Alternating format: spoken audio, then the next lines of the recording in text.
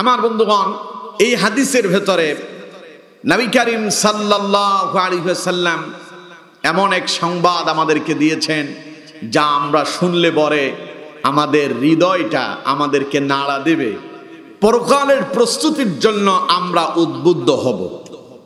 হাদিসের ভেতরে রাসূলুল্লাহ কি বলেছেন শোনো। আল্লাহ নবী বলছেন, ক্বালা লা তাযুলু قدم ابن آدم يوم القيامة من عند ربه حتى يسأل عن خمس।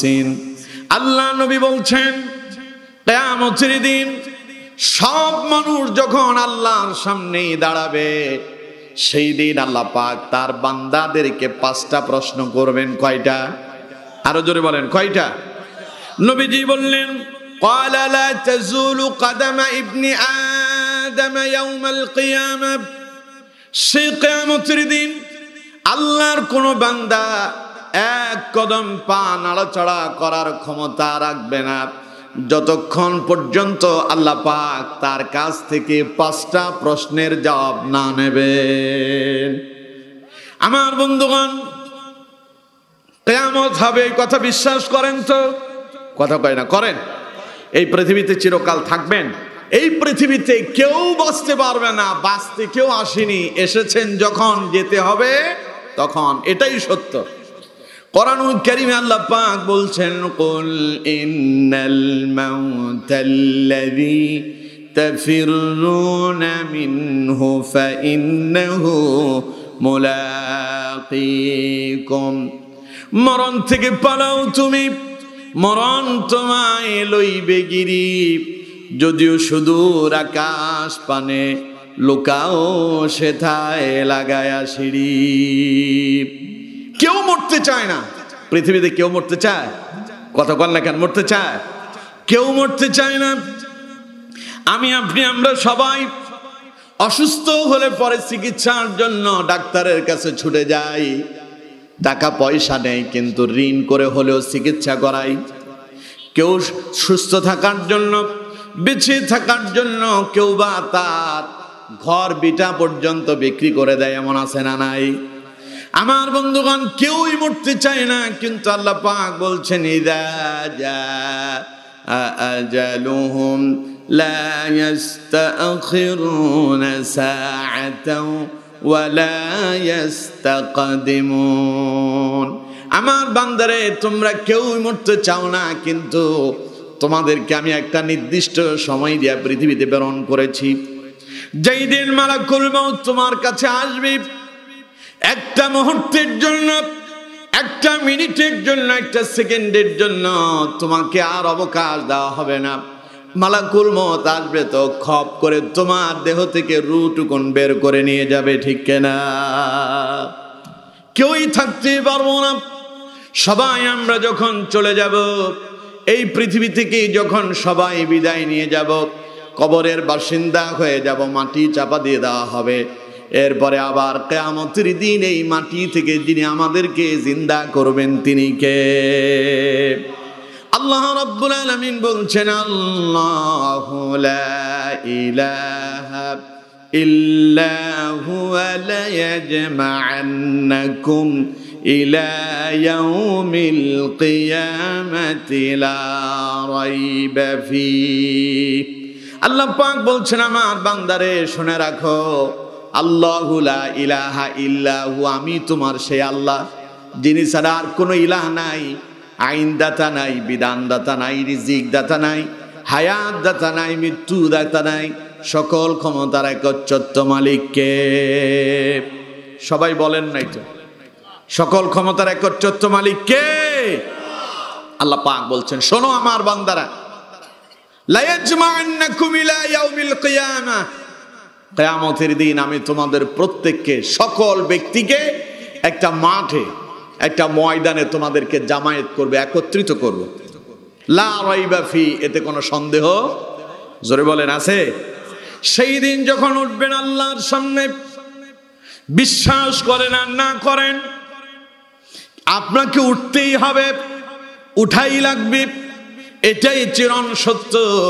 সেই দিন যখন আল্লাহর সামনে উঠবেন, নবী করিম সাল্লাল্লাহু আলাইহি ওয়াসাল্লাম বলছেন, লা তাজুলু কদমা ইবনি আদম ইয়াউমাল কিয়ামাতি মিন ইনদি রাব্বিহি হাত্তা ইউসআলা আন খামসিন। সেই দিন আল্লাহ পাক তার প্রত্যেক বান্দাকে 5টা প্রশ্ন করবেন।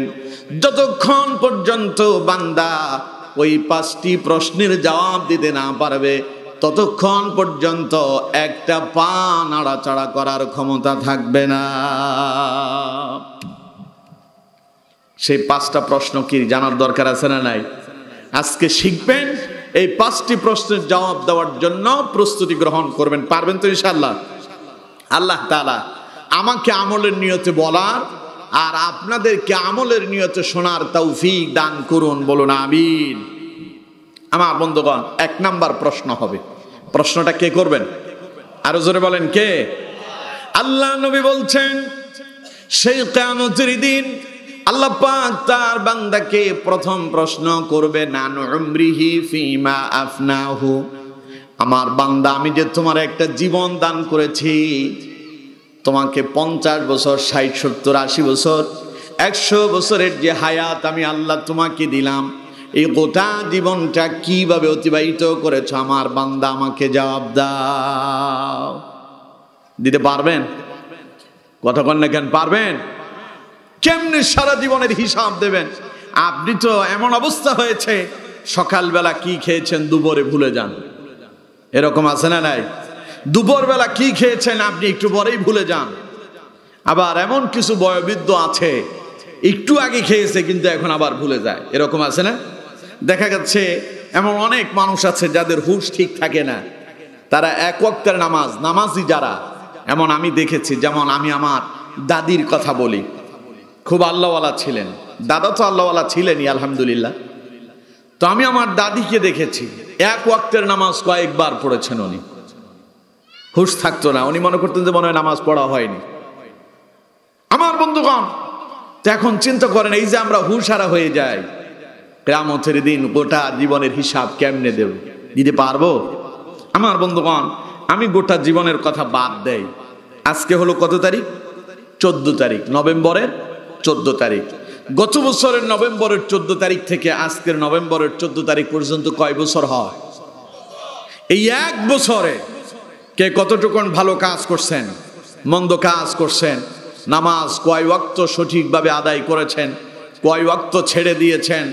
এমন একজন মানুষ দাঁড়ায় বলেন, হুজুর গোটা 1 বছরের হিসাব আমার কাছে আছে। দিতে পারবেন কেউ?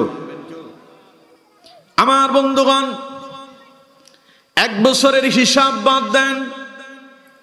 গত অক্টোবরের 14 তারিখ থেকে আজকের নভেম্বরের 14 তারিখ পর্যন্ত 1 মাস আমার কোনো ভাই, আমার কোনো বন্ধু, আল্লাহর কোনো গোলাম আছেন নাকি 1 মাসের হিসাব দিতে পারবেন?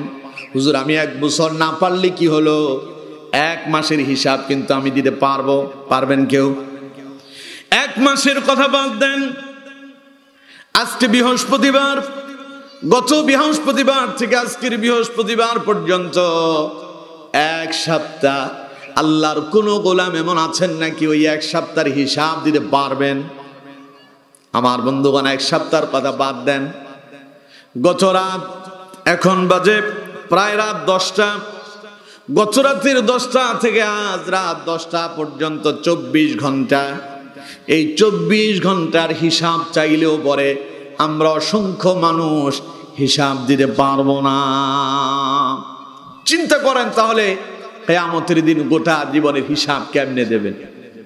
তা কি সহজ হবে না কঠিন হবে? আরো জোরে বলেন, সহজ না কঠিন? আমার বন্ধুগণ, এত কঠিন হয়ে যাবে। নবীদের জীবনে কোনো অপরাধ আছে নাকি?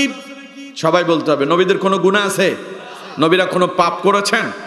আর সব নবীদের ভেতরে শ্রেষ্ঠ নবীর নাম মুহাম্মদ সাল্লাল্লাহু আলাইহি ওয়াসাল্লাম। তিনি আমার নবী, আপনার নবী, বিশ্ব মানবতার নবী, সাইয়্যিদুল মুরসালিন, খাতামুন নবিয়্যিন, নবী আরবি জনাবে মুহাম্মদুর রাসূলুল্লাহ সাল্লাল্লাহু আলাইহি ওয়াসাল্লাম। আমার আগের বক্তা আলোচনায় বলেছিলেন, তিনি এসেছেন সবার শেষে, জান্নাতে যাবেন সবার আগে। শুধু আগে নয়, তার অনুমতি ছাড়া জান্নাতের দরজাই খোলা হবে না। আল্লাহু আকবার বললেন না?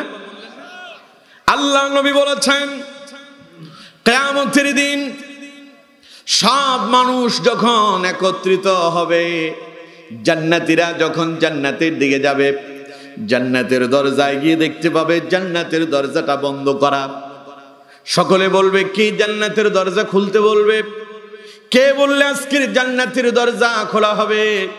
সকলে মিলে ঐক্যমত পোষণ করবে, যেহেতু সবার আগে এসেছেন হযরত আদম আলাইহিস সালাম, আমরা যেহেতু তার সন্তান, তিনি বললে মনে হয় সবার আগে দরজা খোলা হবে।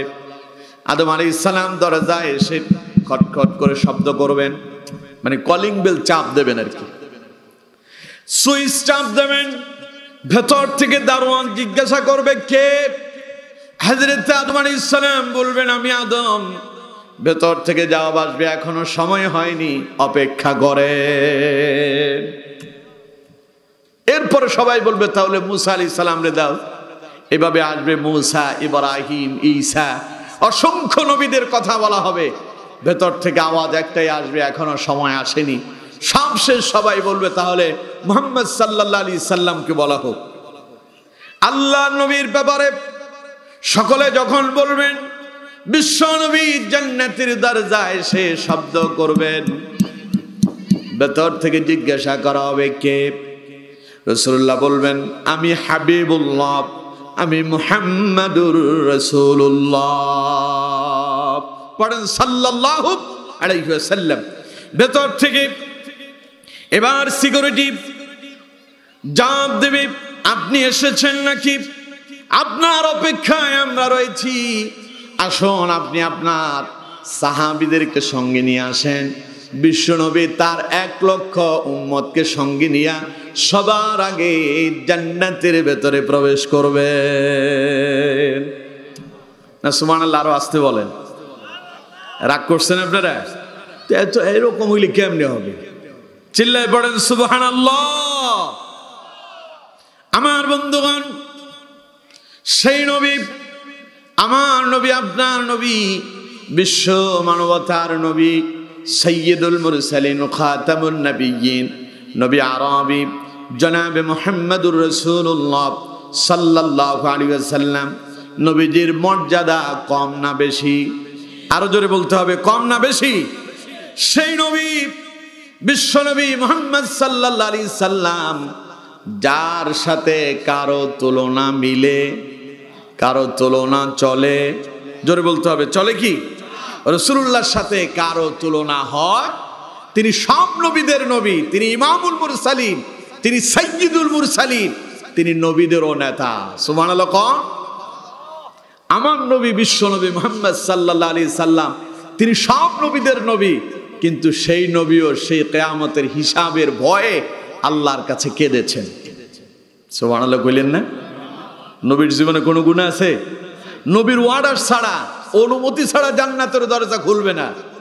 সেই নবী আল্লাহর দরবারে কেঁদেছেন আর বলেছেন আল্লাহুম্মা হাসিবনি হিসাবান ইয়াসীরা। আয় আমার রব, আল্লাহ তুমি দয়া করে কিয়ামতের দিন আমার হিসাবটারে সহজ করে দিও। নবীর কোনো গুনাহ নাই, এরপরেও নবী আল্লাহর কাছে দোয়া করতেছে, আল্লাহ তুমি আমার হিসাবটারে সহজ করে দিও। কারণ রাসূলুল্লাহ বলেছেন কিয়ামতের দিন আল্লাহ যদি তার বান্দাদের থেকে হিসাব নেওয়া শুরু করে, যাকে আল্লাহ পাক সেই দিন ধরবেন, ইন্না বাতশা রাব্বিকা লাশাদীদ, আল্লাহ যাকে ধরবেন তার অবস্থা খুবই খারাপ হয়ে যাবে। আমার বন্ধুগণ, তাহলে চিন্তা করেন তো, আমরা গোটা জীবনের হিসাব দিতে পারবো না, কিন্তু হিসাব দেওয়ার জন্য আমরা আদৌ কি প্রস্তুতি নিয়েছি? কথা বলেন, প্রস্তুতি নিয়েছি? এখন আপনি মনে মনে চিন্তা করতেছেন, হুজুর আমার গোটা জীবনের হিসাব আমি জানি না, তাইলে আল্লাহ জিজ্ঞেস করলে আমি দেব কেমনে?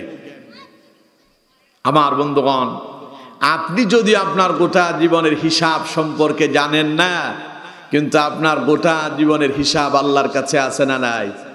আরো জোরে বলেন, আছে না নাই? আপনাকে পাহারা দেওয়ার জন্য আপনার সাথে 2 জন প্রহরী, 2 জন সিকিউরিটি আল্লাহ নিযুক্ত করে দিয়েছেন। একজন আপনার ডান কাঁধে আছে, আরেকজন বাম কাঁধে আছে। দেখা যায়? কথা কন না কেন? দেখা যায়?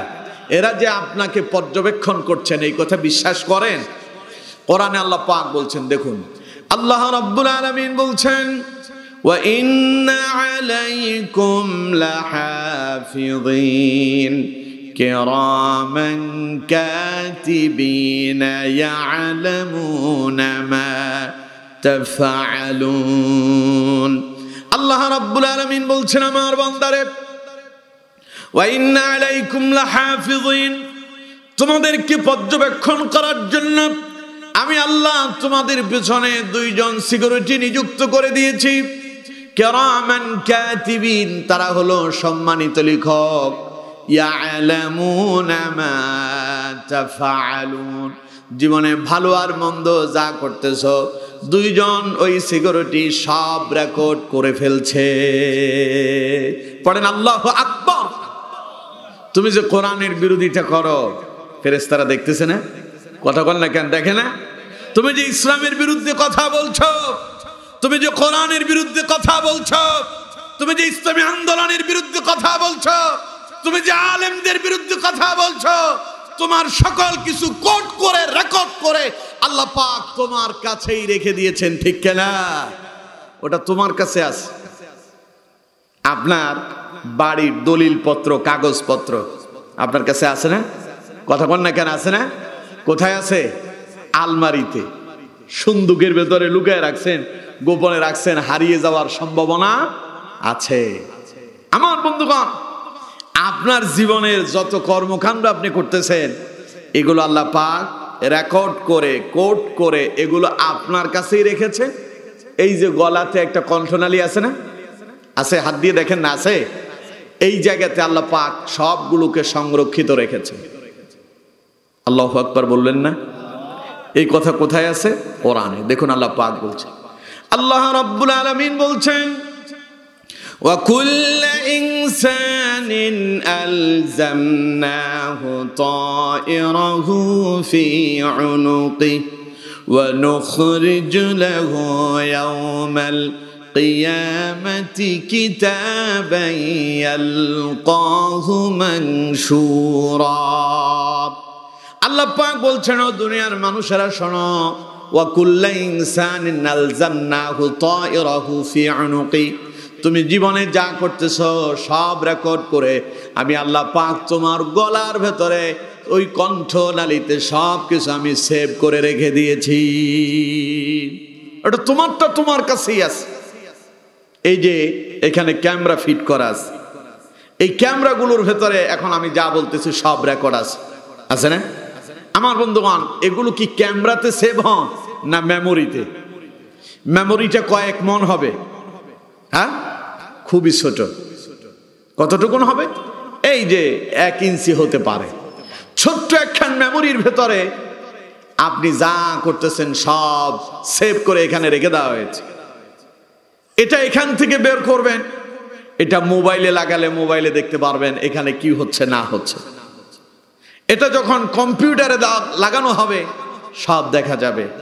আল্লাহ পাক বলছেন, আমার বান্দা, তোমার জীবনের সব কৃতকর্ম ফি উনুকি, আমি তোমার কণ্ঠনালীতে এই রকম মেমোরি আকারে আমি আল্লাহ পাক সেভ করে রেখে দিয়েছি। সুবহানাল্লাহ কোন? এই মেমোরিটা আমি চালু করব। কখন চালু করব? দেখুন আল্লাহ পাক তারপরেই বলছেন, ওয়া নুখরিজু লাহু ইয়াওমাল কিয়ামাতি কিতাবান ইয়ালকাহু মানশুরা।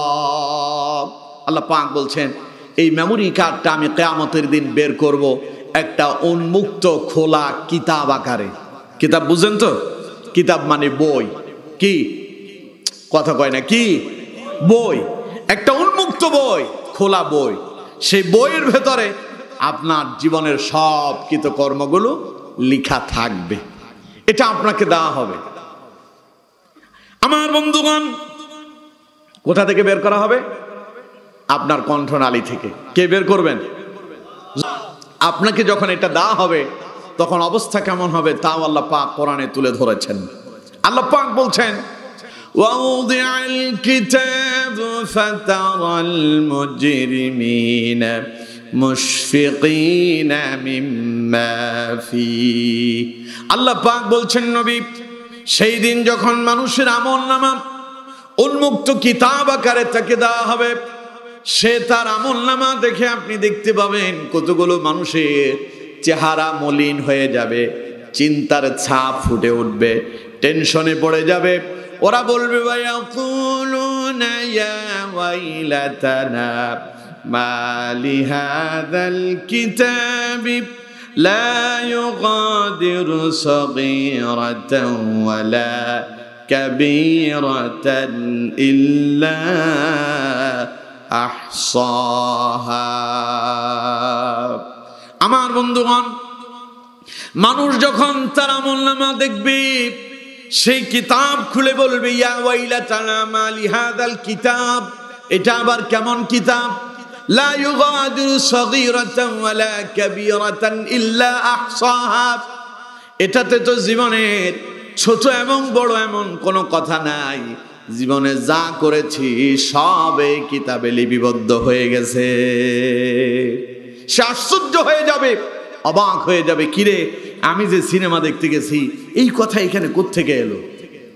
আমি যে রাতের আধারে মদের আড্ডায় গিয়েছিলাম, আমি যে রাতের আধারে জুয়ার আড্ডায় বসেছিলাম, আমি যে রাতের আধারে জেনাবে বিচার করেছি, সব তো এই কিতাবের ভিতরে লিপিবদ্ধ করা আছে। কয়টায়, কোন সময়, কি বার ছিল, সাথে কতজন ছিল, সব ওই কিতাবের ভেতরে আল্লাহ পাক আপনাকে দেখায়া দিবেন। আল্লাহু আকবার বললেন না? সেই দিনের অবস্থা ভালো হবে না খারাপ হবে? আরো জোরে বলেন, ভালো না খারাপ?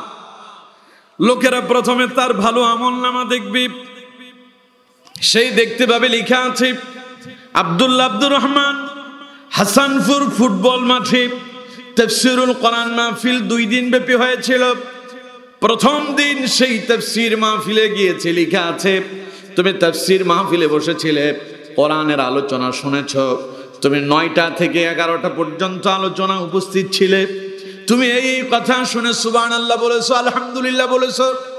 সে যখন নিজের কর্মকাণ্ড দেখতে পাবে খুব খুশি হয়ে যাবে।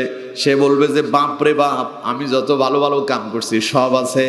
কিন্তু পরের ফেজ যখন যাবে দেখতে পাবে তার আগের দিন, তার আগের রাতে সে যে সিনেমা দেখেছে, সে যে জেনা ব্যভিচার করেছে, মদের আড্ডায় গেল, জুয়ার আড্ডায় গেল, সব লিপিবদ্ধ আছে না নাই? তখন সে বলবে যে না, মনে হয় কোথায় ভুল হচ্ছে। কি বলবে সে? মনে হয় কোথায় ভুল হচ্ছে, এটা মনে হয় আমার না। আল্লাহ বলবেন কি হয়েছে বান্দা, কি সমস্যা? কয় যে আল্লাহ এটা তো মনে হয় আমার না। কেমনে বুঝলাম? কয় না আল্লাহ প্রথমটা ঠিক আছে, আমি তো মাহফিলে গেছিলাম, আলোচনা শুনছিলাম, ঠিক আছে, কিন্তু এইখানে এসে খটকা লাগলো। আল্লাহ কয় এখন যদি সাক্ষী উপস্থিত করি তাহলে বিশ্বাস করবো নাকি? ও বলবে যে আল্লাহ দুনিয়ার কোনো সাক্ষী আমি মানি না, কারণ দুনিয়াতে আমিও বহু মানুষের বিরুদ্ধে মিথ্যা সাক্ষ্য দিয়েছি। আমি আল্লামা সাইদির মতো ব্যক্তির বিরুদ্ধে মিথ্যা সাক্ষী দিয়া 13টা বছর তারে জেলখানায় বন্দি রেখেছিলাম।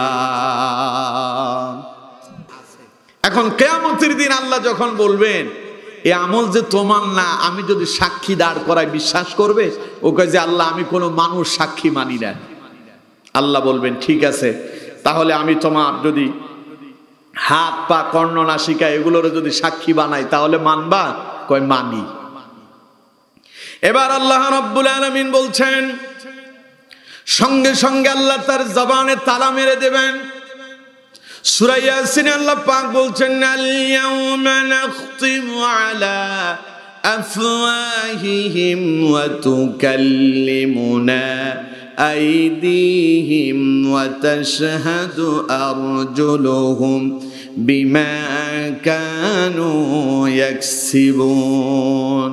আল্লাহ পাক তার মুখে যখন তালা মেরে দেবেন, জবানটা বন্ধ হয়ে যাবে। আল্লাহ পাক বলছেন ওয়া তুকাল্লিমুনা আইদিহিম, এবার তার হাত তার বিরুদ্ধে কথা বলতে থাকবে। তার হাত বলবে আল্লাহ এই ব্যক্তি আমাকে ব্যবহার করে জুয়ার আসরে জুয়া খেলেছিল, আমাকে দিয়া মদ পান করেছিল, আমাকে দিয়া পরনারীকে স্পর্শ করেছিল, আমাকে দিয়ে এই স্মার্ট মোবাইল ফোনে অশ্লীল মন্দ সিনেমা দেখেছিল, আল্লাহ আমি সাক্ষ্য দিচ্ছি আমাকে ব্যবহার করে করে সেই মন্দ কাজগুলো করেছে। বলেন নাউযুবিল্লাহ।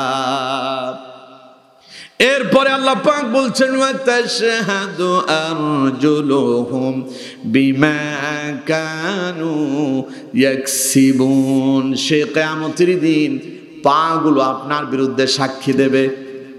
এই পা বলবে কিয়ামতের দিন আল্লাহ আমাকে ব্যবহার করে কোরআনের মাহফিল বন্ধ করার জন্য গিয়েছিল, আমাকে ব্যবহার করে সিনেমা হলে গিয়েছিল, আমাকে ব্যবহার করে জানার দিকে ধাবিত হয়েছিল, আমাকে দিয়ে হেঁটে হেঁটে সে রাতের আধারে মদের আড্ডায় জুয়ার আসরে গিয়েছিল, আমাকে ব্যবহার করে রাস্তায় নেমে সন্ত্রাস করেছিল, মানুষ হত্যা করেছিল।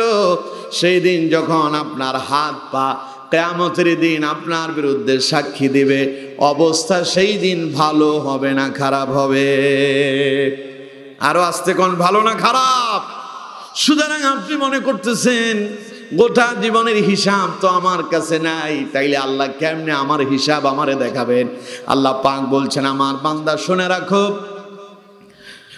ووضع الكتاب فترى المجرمين مشفقين مما فيه ويقولون يا ويلتنا ما لهذا الكتاب لا يغادر صغيرة ولا كبيرة إلا أحصاها ووجدوا ما عملوا حاضرا।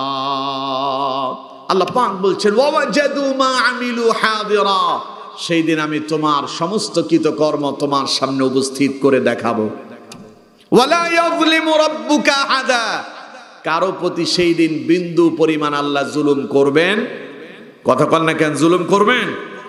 আমার বন্ধুগণ আল্লাহ পাক বলছেন ফামান ইয়ামাল মিসকালা যাররাতিন খায়রান ইয়ারা ওয়া মান ইয়ামাল মিসকালা যাররাতিন শাররান ইয়ারা।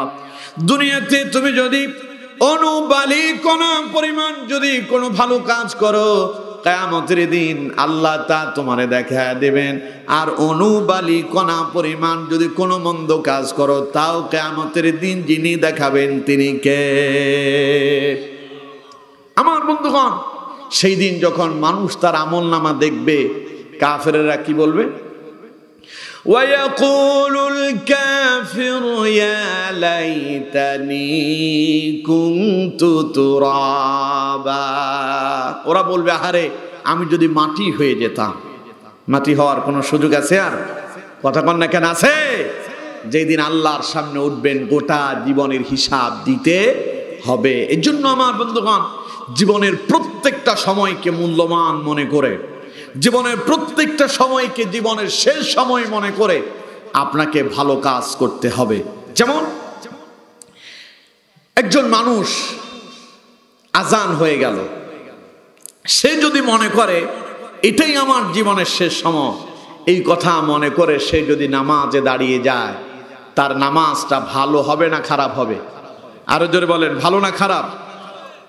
মনে করেন একজন ব্যক্তিকে র্যাব ধরছে, তো র্যাব যখন কোনো সন্ত্রাসীকে ধরে বেশিরভাগ সময় ক্রস ফায়ার দেয়, মানে ডাইরেক্ট গুলি করে খুলি উড়ায় দেওয়া হবে। এরকম একজন ব্যক্তিকে র্যাব ধরলো, ধরে বলল এখন তোমাকে ক্রস ফায়ার করা হবে, তোমার জীবনের শেষ সুযোগ, এখন তুমি কি করতে চাও? সেই লোকটা বলল যে আমাকে একটু সময় দিলে আমি 2 রাকাত নামাজ পড়তে চাই। লোকটা জীবনে কোনোদিন নামাজ পড়ে নাই, কারণ সে জানে সে এখন মরে যাবে, এখন ভালো কাজ করা ছাড়া পরকালে আর কোনো কিছু পাওয়া যাবে। এজন্য সে বলল যে আমি 2 রাকাত নামাজ পড়তে চাই। সে নামাজে দাঁড়ালো, সে শুধু পারে সূরা ফাতিহা। কোন সূরাটা পারে? সূরা ফাতিহা। নামাজে দাঁড়ায় গেল, আল্লাহু আকবার বলে নামাজ শুরু করল। আজ নামাজের কেরাত এত লম্বা, তার 1 রাকাতেই 10 মিনিট চলে গেল, এখনো সে রুকুতে যায় না, কারণ সে জানে এটাই তার জীবনের শেষ সময়।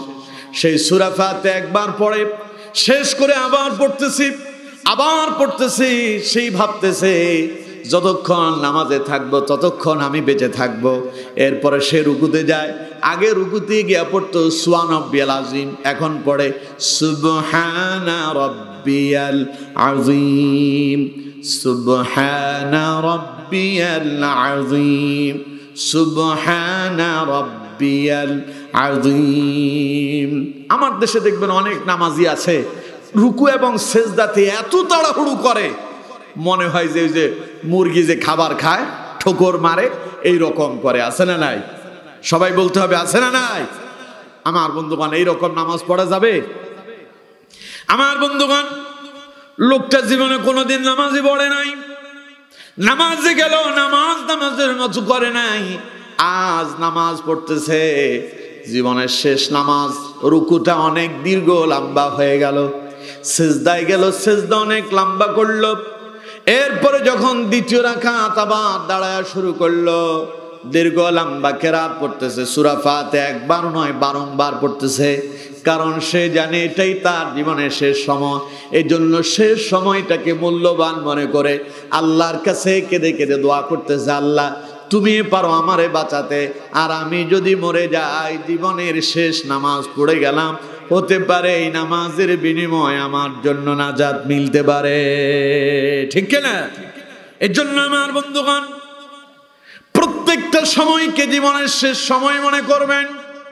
খেতে বসেছেন, মনে করতে হবে এটাই আমার জীবনের শেষ খাবার, হয়তো আর জীবনে খাবারের টেবিলে বসতে পারবো না, খাবার খাবেন রাসূলুল্লাহর সুন্নাত তরিকা মোতাবেক, এরপরে খাবারটা খাবেন হালাল ভাবে, ব্যবসা করতে যাবেন, দোকানে বসবেন, জমিনে যাবেন, চাষাবাদ করবেন, যাই করেন না কেন, জীবনের শেষ সময় মনে করে যদি কাজগুলো করেন, প্রত্যেকটা কাজ হবে আল্লাহর সন্তুষ্টি মোতাবেক। আর কাজগুলো যদি আল্লাহর সন্তুষ্টি মোতাবেক হয়ে যায়, কিয়ামতের দিন যিনি আপনার হিসাব সহজ করে দেবেন তিনি কে? আর সব সময় আল্লাহর কাছে ওই দোয়া করতে হবে যে দোয়া রাসূলুল্লাহ করেছেন, আল্লাহুম্মা হাসিবনি হিসাবান ইয়াসীরা, হে আমার রব তুমি আমার হিসাবকে সহজ করে দাও। এই দোয়া করতে পারবেন না? সবাই বলেন পারবেন না? আমার সঙ্গে সবাই একবার বলেন আল্লাহুম্মা, জোরে হয় নাই, একসাথে সবাই আওয়াজ দিয়া আল্লাহুম্মা হাসিবনা হিসাবান ইয়াসীরা। আরেকবার বলেন আল্লাহুম্মা। নিজে যখন একাকী করবেন তখন বলবেন হাসিবিনি, কি বলবেন? আর যখন সবাই মিলে একসাথে তখন হাসিবনা, বহু বচন, আল্লাহ আমাদের সবাইকে, আর হাসিবিনি মানে আমাকে।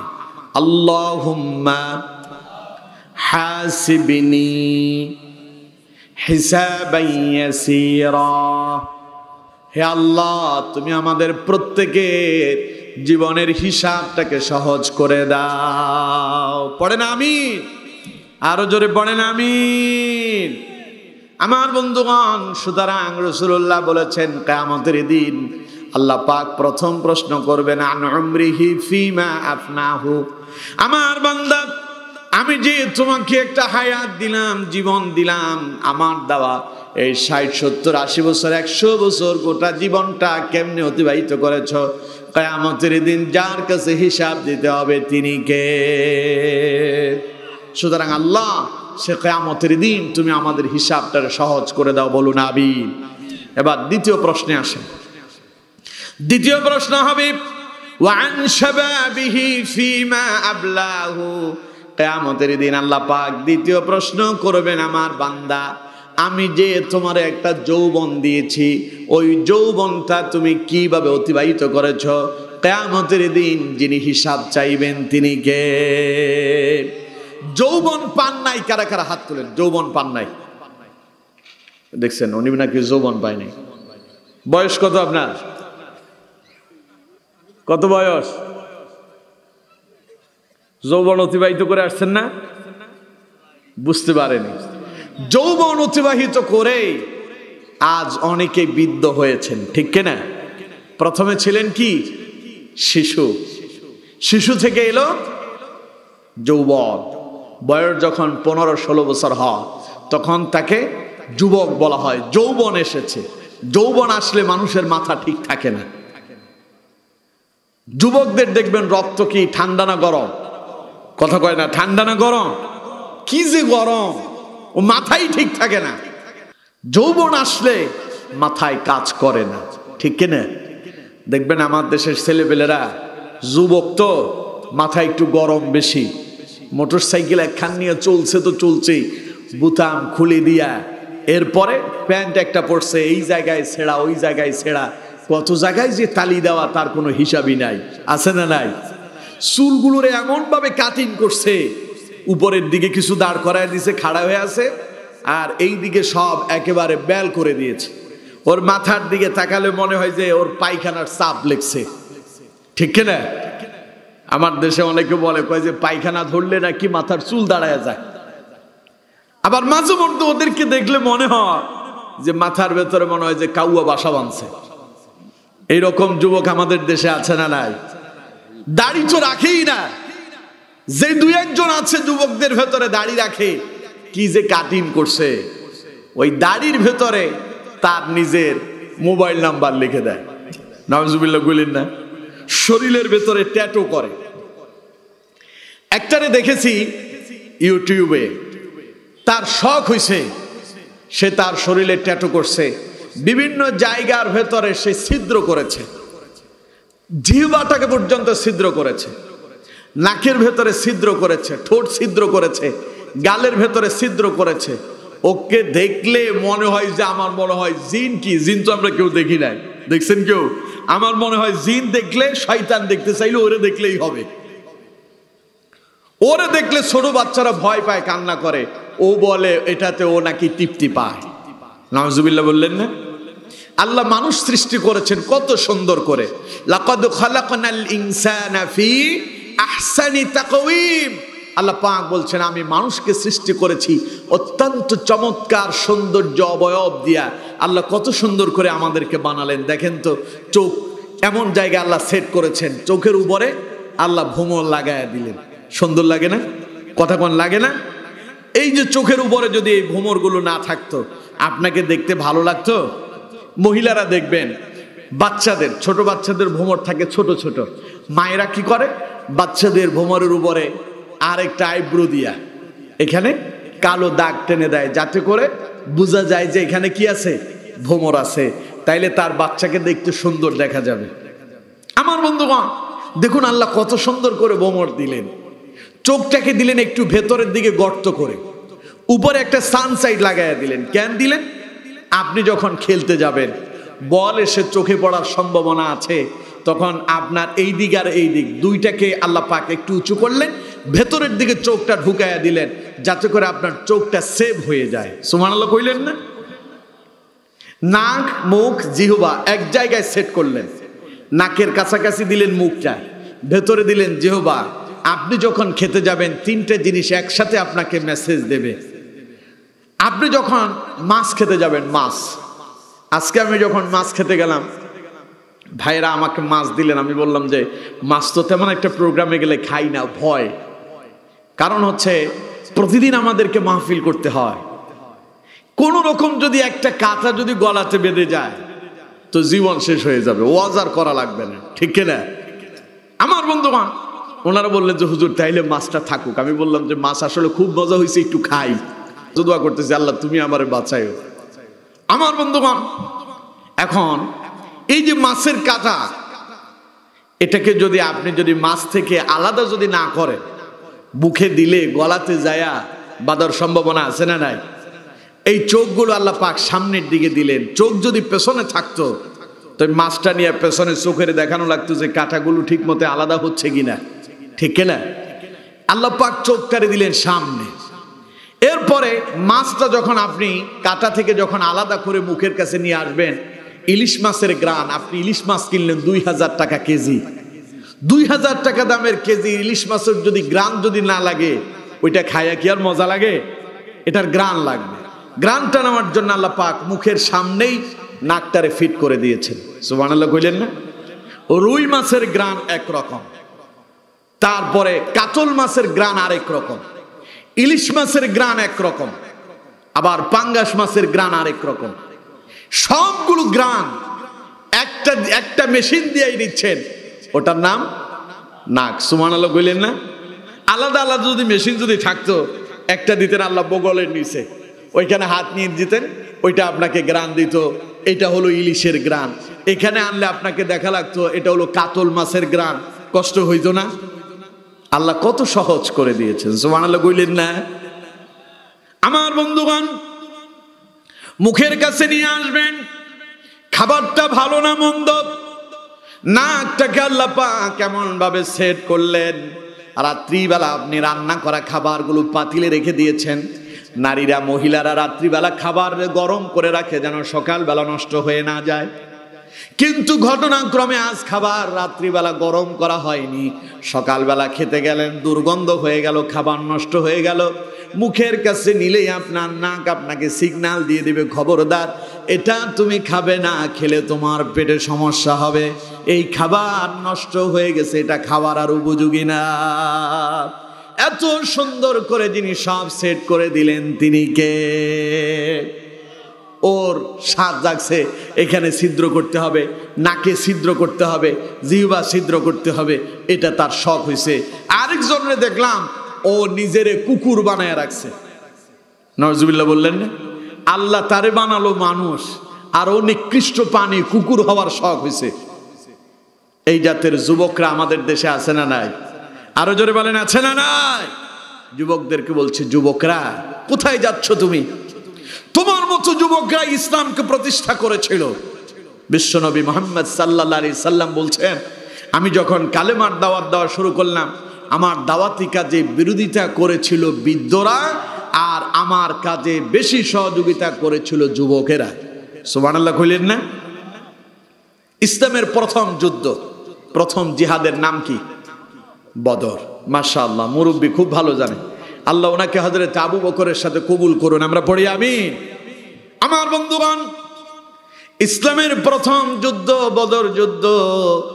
আপন ভাইয়ের বিরুদ্ধে ভাইয়ের যুদ্ধ হবে, সন্তানের বিরুদ্ধে বাপে যুদ্ধ করবে, বাপ তার সন্তানের বিরুদ্ধে যুদ্ধ করবে। স্বাভাবিক কোনো যুদ্ধ ছিল না। সেই জিহাদের ময়দানে মুসলমানদের সংখ্যা ছিল মাত্র 313 জন। ওই 313 জনের ভেতরে বেশি সংখ্যক যারা ছিল তারাই হলো যুবকেরা। শুধু তাই নয়, সেই বদরের প্রান্তরে 14 জন সাহাবী শাহাদাত বরণ করেছিলেন। ওই 14 জন সাহাবীর ভেতরে অধিকাংশই ছিল যারা, তারা হলো যুবকেরা। আল্লাহু আকবার। এইরকম 16 বছর একজন যুবকের ঘটনা বলি। নাম হলো হযরত উমাইর ইবনে আবি ওয়াক্কাস রাদিয়াল্লাহু তাআলা আনহু। বয়স মাত্র 16 বছর। যিনি হলেন হযরত সাদ ইবনে আবি ওয়াক্কাস রাদিয়াল্লাহু তাআলা আনহুর ছোট ভাই। রাসূলুল্লাহ জিহাদের জন্য তার সাহাবীদেরকে ডাকলেন, সব সাহাবীরা সমবেত হয়ে গেল। হযরত উমাইরও এসেছেন, যুদ্ধে যাবেন। বয়স কত? কথা কয় না, বয়স কত? সবাই বলতে হবে, বয়স কত? 16 বছরের যুবক জিহাদে যাওয়ার জন্য, সেও জিহাদের ময়দানে যাবেন, সাহাবীদের সঙ্গে শামিল হয়ে গেল। হযরত সাদ ইবনে আবি ওয়াক্কাস রাদিয়াল্লাহু তাআলা আনহু বলছেন, আমি দেখতে পেলাম আমার ছোট ভাই উমাইর জিহাদের ময়দানে যাওয়ার জন্য সাহাবীদের মাঝে এসেছে, কিন্তু বারংবার সাহাবীদের ভেতরে, লোকালয়ের ভেতরে পালিয়ে যায়। কি করতেছে? অর্থাৎ পেছনে পেছনে, মানুষের পেছনে থাকে, যাতে তারে দেখা না যায়। হযরত সাদ ইবনে আবি ওয়াক্কাস বললেন, ঘটনা দেখে আমি চিন্তা করলাম, আমার ভাই উমাইর এমন করে কেন? হযরত সাদ ইবনে আবি ওয়াক্কাস বললেন, আমি আমার ছোট ভাই উমাইরের কাছে চলে গেলাম, জিজ্ঞাসা করলাম, উমাইর ঘটনা কি, তুমি এমন করতেছো কেন? তখন হযরত উমাইর বললেন, আমার বড় ভাই শুনে রাখেন, আজকে যে বদরের যাওয়ার জন্য অসংখ্য সাহাবী প্রস্তুত হয়েছে, এই সব সাহাবীদের ভেতরে আমি সবচাইতে ছোট সাহাবী, সবচাইতে কম বয়স আমার। জিহাদে যাওয়ার জন্য আমি তৈরি আছি। আমি চিন্তা করছি রাসূলুল্লাহ যদি আমাকে দেখে যায় তাহলে হয়তো নবীজি আমাকে বলবেন, উমাইর রে তুমি ছোট মানুষ, জিহাদে যাওয়ার প্রয়োজন নাই, তুমি বাড়ি থেকে যাও। আল্লাহ নবী যদি একবার যদি আমাকে জিহাদে যাওয়ার ব্যাপারে বারণ করে দেন তাহলে পরে আর কোনোদিন জিহাদে যাওয়ার মতো আমার সুযোগ হবে না। অথচ আমার বড় ভাই শোনেন, আজ আমার মনে হচ্ছে আমি জিহাদের ময়দানে গিয়া আমার রক্ত দিতে পারবো, জিহাদের ময়দানে আমি শাহাদাত বরণ করব, আমি জিহাদের ময়দানে শাহাদাত বরণ করে ইসলামের বিজয় এনে দিতে পারবো। দেখবেন আমার দেশের ছেলেরা বলে, আপনি একটা কাজ তারে দিচ্ছেন, আপনি বললেন না তুমি এটা পারবে না, তুমি ছোট মানুষ, ওই কয়েকদিন আমি এটা পারবো। আছে না এরকম কথা? কন না কেন, আছে না নাই? উমাইর বললেন, আমার মনে হচ্ছে আজ জিহাদের ময়দানে গিয়া আমি আমার জীবন কোরবান করে দেব, আমি শাহাদাত বরণ করব, তার মানে আমি মরে যাব। তার মানে একটা মানুষ তার মৃত্যুর ব্যাপারে কোনো ভয় নাই। আল্লাহু আকবার বলেন। কি তার দীপ্ত ঈমান, কি তার ঈমানের তেজস্ক্রিয়তা। তার বড় ভাই কি বললেন, বড় ভাই আমার মনে হচ্ছে জিহাদের ময়দানে গিয়ে আমি আমার জীবনটারে বিলীন করে দিতে পারবো, আমি শাহাদাত বরণ করব, আমার রক্তের বিনিময় এই বদরের প্রান্তরে ইসলামের বিজয় হয়ে যাবে। হযরতে সাদ ইবনে আবি ওয়াক্কাস বললেন, আমি আশ্চর্য হয়ে গেলাম, অবাক হয়ে গেলাম, আমার ছোট ভাই বলে কি। একটু পরে বিশ্বনবী সব সাহাবীদের কি বললেন, আমার সাহাবীরা তোমরা লাইনে লাইনে দাঁড়াও, কাতারবদ্ধ হয়ে যাও। নবীজি সব সাহাবীদের কি বাছাই করছেন জিহাদের ময়দানে, কে কোন দায়িত্ব পালন করবে, কে কোথায় দায়িত্বে থাকবে। সব সাহাবীদেরকে যখন রাসূলুল্লাহ বাছাই করে করে আলাদা করতেছে, এমন সময় বিশ্ব নবীর সামনে এসে দাঁড়িয়ে গেল হযরত উমাইর। নবীজি উমাইরকে দেখে বললেন, উমাইর রে তুমি ছোট মানুষ, জিহাদে যাওয়ার প্রয়োজন নাই, তুমি বাড়িতে থেকে যাও। হযরত উমাইর চোখের পানি ছেড়ে দিয়া কান্না শুরু করলেন, ছোট বাচ্চার মতো, শিশুদের মতো ডুকরে কেঁদে উঠলেন, এত বেশি পরিমাণ কান্না করলেন। নবীজি উমাইরের কান্না দেখে রাসূলুল্লাহ বললেন, উমাইর রে এবার কান্না বন্ধ করো, যাও আমি তোমার অনুমতি দিয়ে দিলাম, তুমি জিহাদের ময়দানে চলে যাও, জিহাদের ময়দানে তুমিও শামিল হয়ে যাও। হযরত উমাইর জিহাদের ময়দানে চলে গেলেন। জিহাদ করতে করতে এক পর্যায়ে হযরত উমাইর শাহাদাত বরণ করল, ইসলামের বিজয় হয়ে গেল। জিহাদ পরবর্তী সময় রাসূলুল্লাহর কাছে যখন শহীদদের লাশগুলো নিয়ে আসা হলো, ছোট্ট উমাইরের লাশটাও রাসূলুল্লাহর সামনে এলো। একজন সাহাবী বললেন, হুজুর এই সেই ছোট্ট উমাইর, যে উমাইর আপনার কাছে জিহাদে যাওয়ার জন্য কান্না করেছিল। উমাইর বলেছিল জিহাদে গিয়া শাহাদাত বরণ করবে আর দ্বীনের বিজয় এনে দেবে। নবীজি উমাইরকে দেখলেন আর চোখের পানি ছেড়ে দিয়া বললেন, উমাইর রে তুমি তো শাহাদাত বরণ করেছো, তুমি তোমার কথা রেখেছো, তোমার রক্তের বিনিময় আজ আল্লাহ পাক ইসলামের বিজয় দিয়ে দিয়েছেন। সে উমাইরের মতো তেজস্ক্রিয় ইমানদার যুবক আমাদের দেশে বড় অভাব, ঠিক কিনা? কথা বলেন না কেন, ঠিক কিনা? আমাদের যুবকরা হচ্ছে সন্ত্রাস, আমাদের যুবকরা হচ্ছে মাদকাসক্ত, আমাদের যুবকেরা এমন অন্যায় আর অপরাধ করতেছে যেগুলো তাদের মা বাবা তাদের কাছ থেকে আশা করেনি। যেই যুবকদের হাতে বই খাতা কলম থাকার কথা, আজ সেই যুবকদের হাতে অস্ত্র দেখা যায়, ঠিক কিনা? কথা কন না কেন, ঠিক কিনা? এদেরকে সন্ত্রাস বানালো কারা? আমার দেশে কিছু মতলববাজ নেতা আছে। এই মতলববাজ নেতারা ছেলেফেলেরা যখন স্কুলে যায়, কলেজে যায়, ভার্সিটিতে যায়, ওদেরকে মাঝে মধ্যে চা খাওয়ায়, পকেটে কিছু পয়সা করে ধরায়া দেয় আর বলে আগামীকাল অমুক জায়গায় আসবা, পরশুদিন তমুক জায়গায় থাকবা, গেলে কিছু পয়সা করে দেয়। যুবক মানুষ তো, মা বাবা তো হিসাব করে পয়সা দেয়। এখন নেতার কাছ থেকে পয়সা পাইয়া নেতা যা করে সেও তা করতেছে। একদিন দুই দিন ওদের সাথে উঠা বসা করতে করতে হঠাৎ একদিন তার হাতে নেতা একটা লাঠি উঠাইয়া দিল, ওইখানে যাও, ওই 2-4 জনকে মেরে আসো। আর সে মেরে আসলো, মারার পর ওইখান থেকে পাল্টা আবার তারে মারার জন্য আরো 20 জন আসছে।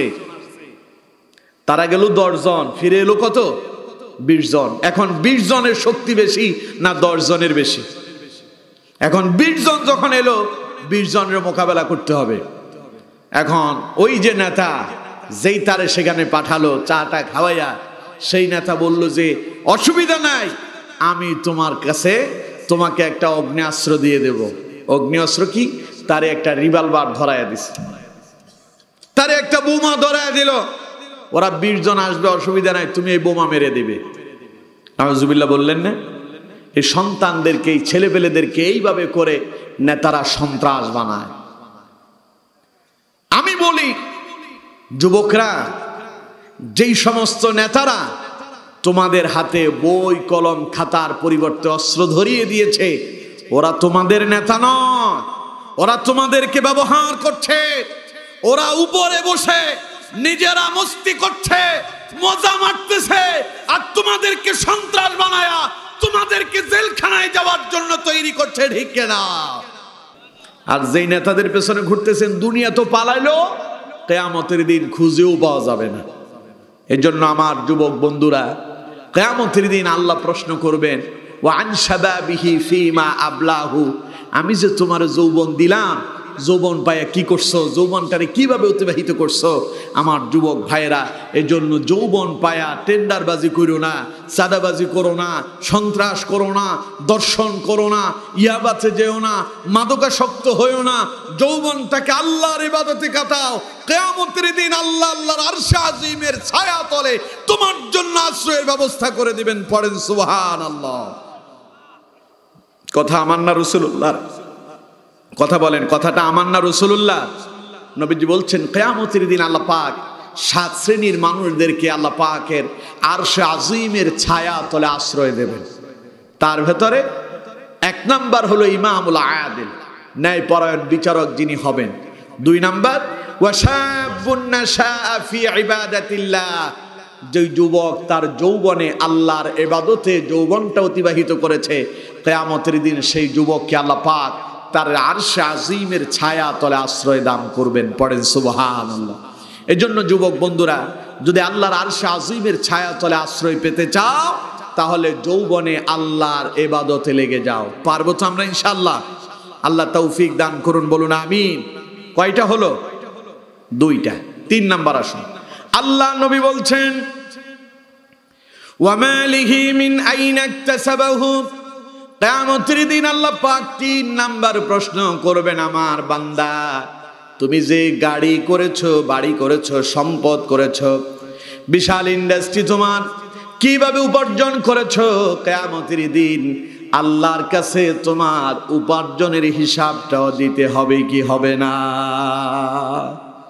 আপনি মনে করছেন ওই যে আমার দেশের একজন দাড়ি কেটে ফেলেছিল, চুরি করার আগে দাড়ি ছিল, হ্যাঁ, নাম সালমান এফ রহমান, বাংলাদেশের ব্যাংকের কোটি কোটি টাকা আত্মসাৎ করেছে। তখন যখন চুরি করছে তখন মাথায় টুপি ছিল, মুখে দাড়িও ছিল। ধরা পড়ছে যখন, মুখে দাড়িও নাই, মাথায় টুপিও নাই, উঠছে নৌকায়। নৌকা যে ডুবছে ও তো জানেই না, ঠিক কিনা? নৌকায় উঠে আবার পড়ছে ধরা। এখন দাড়ি কাইটাও ক্ষমা পেল না।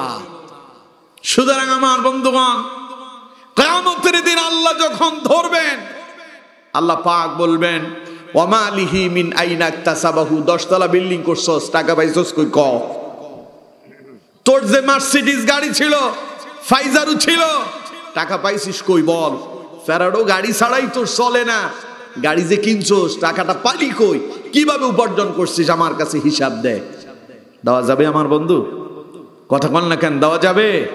সেই দিন বলবেন যে ওই যে দাড়ি কেটে পালিয়ে যাবেন, ওই সুযোগ আছে? কিয়ামতের ময়দানে পালানোর কোনো জায়গা থাকবে? মানুষ বলবে, আহারে আজ পালাবো কোথায়? আজ তো পালানোর কোনো পথ নাই। ওই যে বললাম না, অপরাধীরা বলবে, ইয়া লাইতানি কুনতু তুরাবা, আহারে আমি যদি মাটি হয়ে যেতাম, কিংবা মাটিটা যদি ফেটে যেত, আমি মাটির ভেতরে ঢুকে যেতাম। আমার বন্ধুগণ আফসোস করবেন, কিন্তু সেই দিন না আপনি মাটি হবেন, না মাটির ভেতরে ঢুকতে পারবেন। সেই দিন আল্লাহর কাছে দাঁড়ায়া দাঁড়ায়া গোটা জীবনের হিসাব দেওয়া লাগবে কি লাগবে না? সুতরাং যেই গাড়ি করতেছেন, যেই বাড়ি করতেছেন, যেই সম্পদ করতেছেন, ওগুলো হালাল পন্থায় উপার্জন যদি করতে পারেন, কিয়ামতের দিন আপনার হিসাব তিনি সহজ করে দেবেন। তিনি কে? আমার বন্ধুগণ, আবার আমার দেশে অনেক আছে হালাল পন্থায় উপার্জন করে কিন্তু ব্যয় করে হারাম পন্থায়, এমনও আছে না নাই? কথা বল না কেন, আছে না নাই? আল্লাহ নবী বলছেন 4 নাম্বার প্রশ্ন করা হবে, ওয়াফিমা আনফাকাহু, তুমি তোমার সম্পদ ব্যয় করছো কেমনে তাও জিজ্ঞাসা করা হবে। আমার দেশে অসংখ্য মানুষ আছে, কোরআনের মাহফিল হলে সেখানে 1 টাকা দিয়া 10 টাকা দিয়া সহযোগিতা করতে পারে না, কিন্তু যখন যাত্রা পালা হয়, কোনো মেলার আয়োজন করা হয়, নায়ক নায়িকা গায়ক গায়িকারা আসে, সেখানে মন খুলে টাকা দেয় আর ছেলেপেলেদেরকে বলে ঢাকা থেকে নতুন নতুন সুন্দরী সুন্দরী নায়িকাদেরকে নিয়ে আয়, ঠিক কিনা? বাঁচা যাবে? আল্লাহ জিজ্ঞাসা করবেন অফিমা আনফাকাহু, সম্পদ কেমনে ব্যয় করছেন তারও হিসাব দিতে হবে। এর জন্য আল্লাহর পথে ব্যয় করতে রাজি আছেন না নাই? সবাই বলেন আছেন না নাই? মসজিদে দেবেন তো, মাদ্রাসায় দেবেন তো, কোরআনের মাহফিলে দেবেন তো, না এইসব জায়গায় আসলে না নাই, এমনি এমনি বসে থাকে নাই, না না আমার দিয়ে হবে না হুজুর, এরকম আছে না নাই? আর ছেলে বলছে যে আব্বা একখান টেলিভিশন আনতে হবে। কত ইঞ্চি? হ্যাঁ 32 ইঞ্চি। 32 ইঞ্চি এলইডি। এখন তো আরো কত কি বাইর হয়ে গেছে। ঘরের ভেতরে, অনেকের ঘরের ভেতরে গেলে আমরা দেখি টেলিভিশন একখান লাগায় রাখছে পুরো দেয়ালের ভেতরে। আমার বন্ধুগণ, এই যে সিনেমা যে ঘরের ভেতরে ঢুকালেন, এই সিনেমা কিয়ামতের দিন আপনারা জান্নাতে নেবে না জাহান্নামে নেবে? আল্লাহ জিজ্ঞাসা করবেন ওয়াফিমা আনফাকাহু, সম্পদ কেমনে ব্যয় করছো? আপনি বলবেন হুজুর ছেলের বিবাহের সময় ছেলে বায়না করছে ওর গায়ে হলুদের সময় অবশ্যই একটা নায়ক নায়িকা ভাড়া করে আনতে হবে, গায়ে হলুদের রাতে গান বাজনা করতে হবে। এগুলো তো আপনাদের নওগাঁতে নাই। এই যে ব্যয় করলেন, এটা হালাল পন্থা হইল না হারাম পন্থা হইল? ধরা পড়বেন না? কথা কয় না, ধরা পড়বেন না? ওই যে বললাম না, ওয়াকুল্লা ইনসানিন আলজামনাহু তায়রাহু ফি উনুকি, বা ছেলের বিয়েতে যে নায়িকা আনছেন গায়িকা আনছেন, এরপরে যে ওই যে রাত্রিবেলায় হলুদ সন্ধ্যার আয়োজন করে অশ্লীলতা করছেন, এগুলো সব রেকর্ড করে আপনার কণ্ঠনালীতে যিনি জমা করে রেখেছেন তিনি কে? সুতরাং এগুলো করা যাবে? আল্লাহ আমাদেরকে হেফাজত করুক, বলুন আমিন। আল্লাহ আমাদেরকে এগুলো থেকে মাফ করুন, আমরা পড়ি আমিন। তাহলে কয়টা গেল? 4টা। আর আছে কয়টা? আর আছে কয়টা? শেষ কথা, আল্লাহ নবী বলছেন কিয়ামতের দিন আল্লাহ রাব্বুল আলামিন 5 নাম্বার বান্দাকে প্রশ্ন করবেন, ওয়া মাযা আমিলা ফিমা আলিমা, দিনের জ্ঞান যতটুকু অর্জন করেছো সেই মোতাবেক কতটুকু আমল তুমি করেছো। কিয়ামতের দিন যিনি জিজ্ঞাসা করবেন তিনি কে? কয় নামাজ না পড়লে কি হয়েছে, আমার কি ঈমান কমে গেছে নাকি? এরকম লোক আছে না নাই? রোজা রাখে না, আবার বলে না রোজা না রাখলে কি হয়েছে, আমার কি ঈমান কমে গেছে নাকি? বেটা তোর যে কবে ঈমান চলে গেছে তা তুমি জানোই না, ঠিক না? নামাজ পড়তে হবে, এটা ফরজ, জানেন না? কারা কারা হাত তোলেন। নামাজ পড়তে হবে, এটা ফরজ, জানেন না? জানেন আপনারা? পড়েন সবাই? কিছু কিছু পড়ে আর কি। শুক্রবারে মসজিদগুলোতে জায়গা হয় না, বাকি জুমার পরে আসরে আর মসজিদে মুসল্লি মিলে না, কিন্তু তিনিও জানেন নামাজ পড়া ফরজ। আল্লাহ বলবেন ওয়ামা যা আমিলা ফিমা আলিমা, দিনের যতটুকুন জ্ঞান অর্জন করেছো সেই মোতাবেক কতটুকুন আমল করছো। আজ যে আপনারা শুনছেন কিয়ামতের দিন আল্লাহ আবার জিজ্ঞাসা করবেন এই মোতাবেক আমল কয়টা করছো। কথা বুঝতে পারছেন? সুতরাং আমার বন্ধুগণ, যা শুনেছেন তার আমলের দরকার আছে না নাই? আরো জোরে বলেন, আছে না নাই? আল্লাহ পাক আমাদেরকে আমল করার তৌফিক দান করুন। আমরা পড়ি আমিন। আরো জোরে পড়েন আমিন। প্রিয় বন্ধুগণ, তাইলে কিয়ামতের ময়দানে প্রশ্ন কয়টা?